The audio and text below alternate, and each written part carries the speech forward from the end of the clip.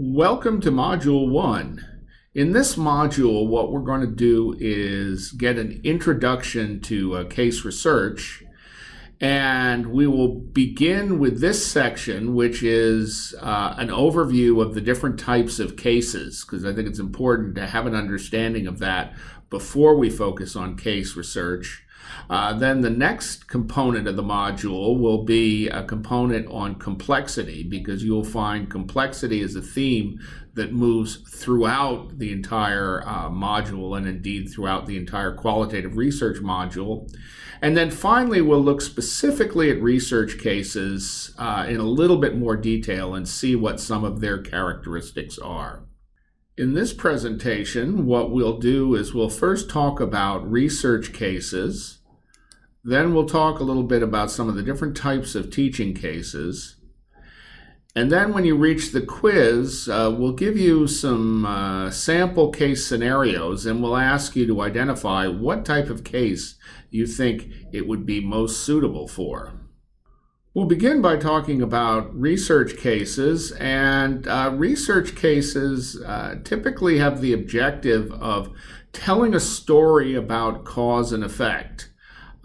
So most of your research cases are going to have a complete story cycle included in them, which is not true of all cases. The story will then be related to theory, or the story may be the basis for creating or refining existing theory.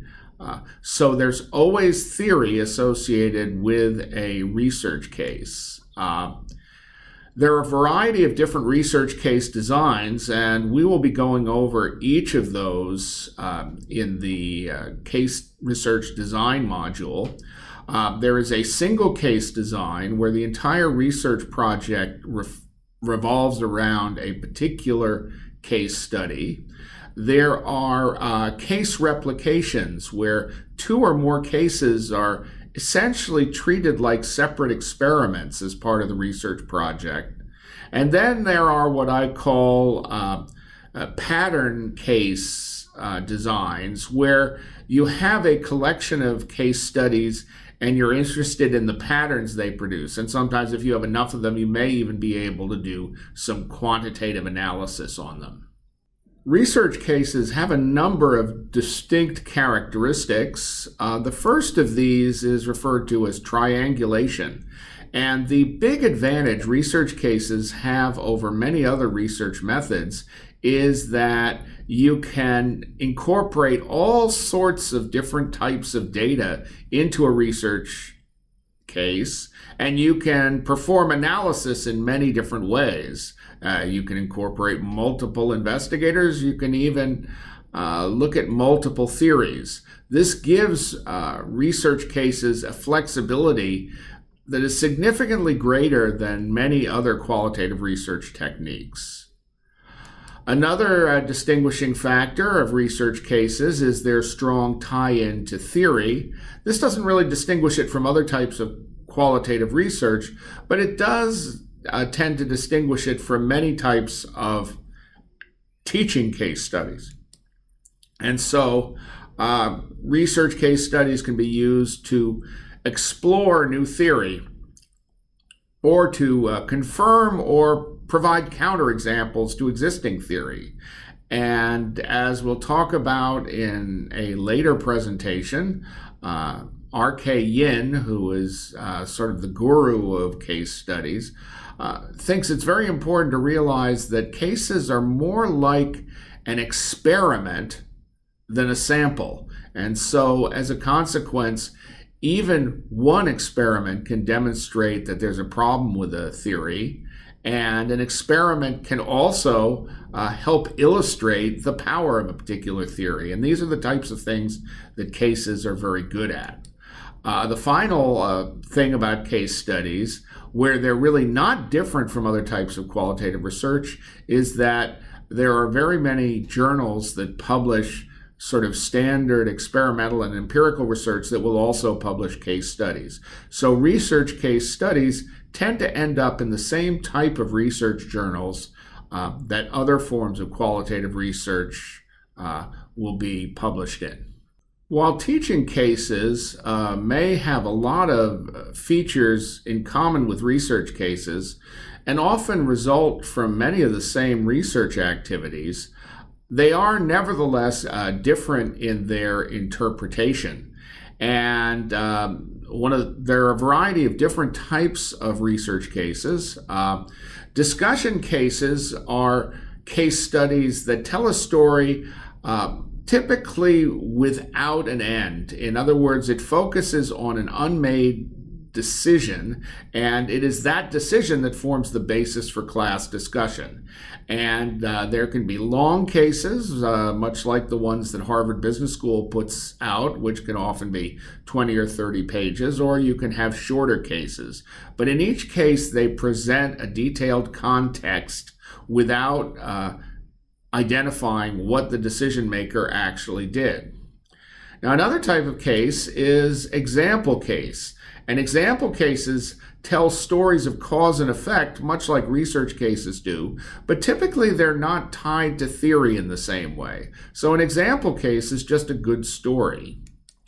A walkthrough case is a story that presents a complicated situation and is designed so that an instructor can walk the student through the process of addressing the situation. So if you want to teach highly proceduralized subjects like accounting, walkthrough cases are often a good way of helping people understand how to take the sort of theory of accounting and put it into practice.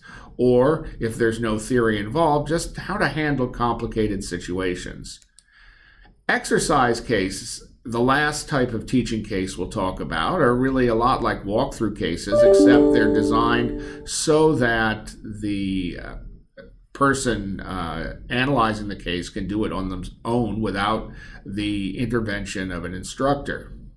Discussion cases are the form of teaching case that we're most familiar with in business schools, and I'm going to mention them in detail, although we really aren't focusing on them in the module, but they're the type of case that we might most easily confuse with research cases. So teaching cases, and specifically discussion cases, are designed to expose participants to realistic situations.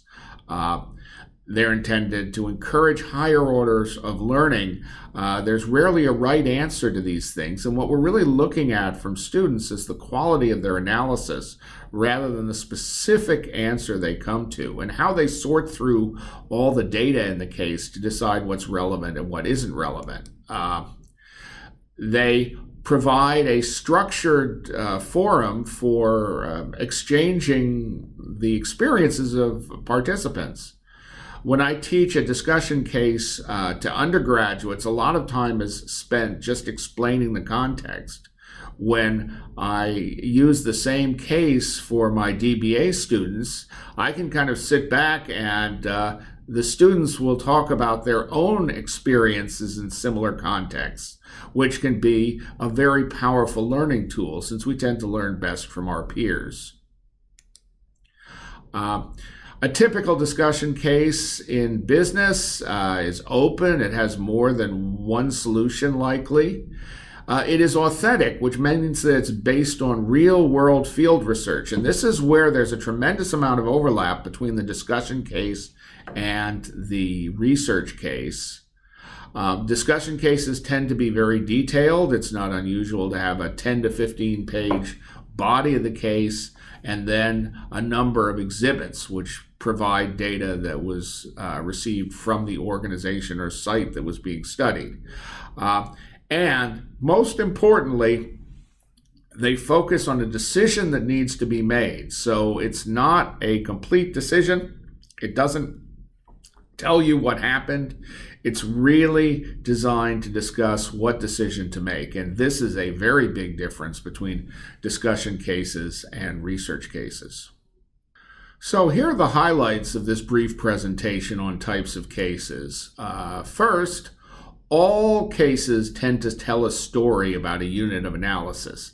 There are lots of other types of research which do not focus on storytelling, but cases almost always tell a story. And the more interesting the story, the better the case tends to be.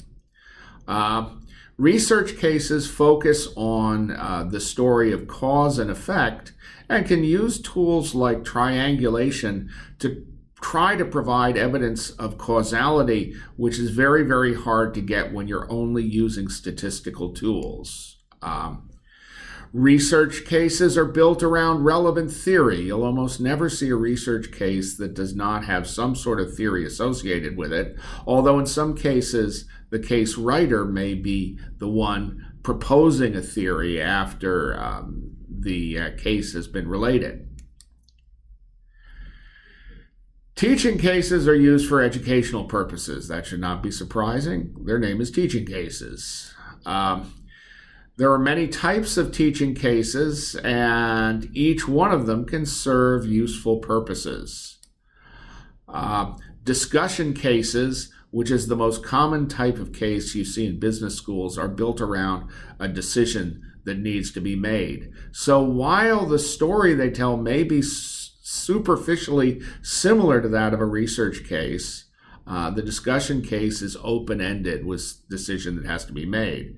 And in fact, one of the case design examples I will give you will be an example that was based on two teaching cases, specifically discussion cases, that I used in class that looked very different on the surface, but which had remarkably similar outcomes. But I didn't actually know what the outcomes were from the discussion case. I actually had to do further research.